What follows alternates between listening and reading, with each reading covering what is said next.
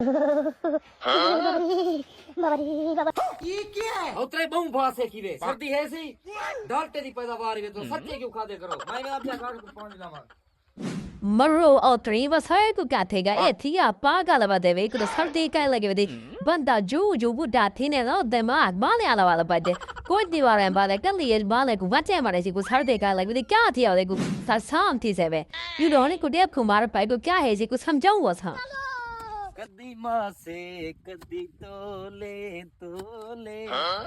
अल्लाह सैया इतना गर्मी है मेरा अल्लाह कोई बारिश वसा कोई अंधारी ऐसी हवा आवे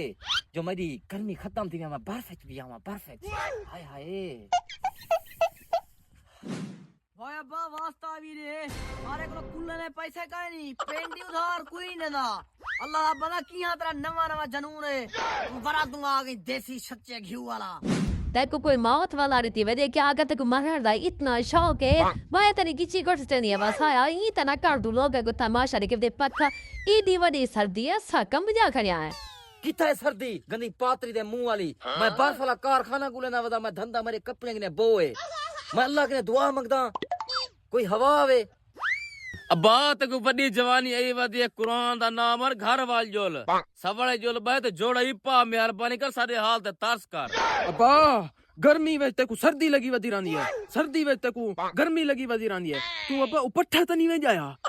मैं अब्बा मेरा निकाह पता पे हफ्ते बाद मेरी रुखती है ना पहले तेरी रुखती थी मैंने ओए मरे उतरा हफ्ते बाद मेरी नियान दी शादी है ऊपर बर्बाद ना कर अम्मा तो कितनी दफा आई के मी को हलीमी वाला देसी घी घेंदी थी वो तो ताकत है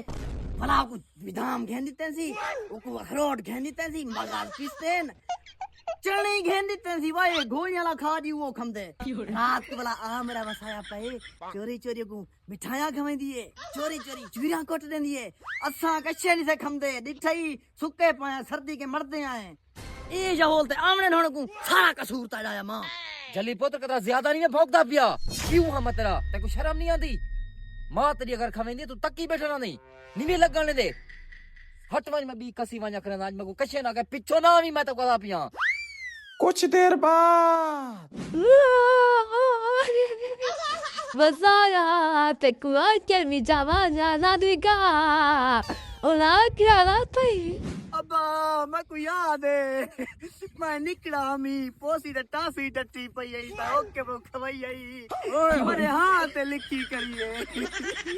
इतना प्यार करना तू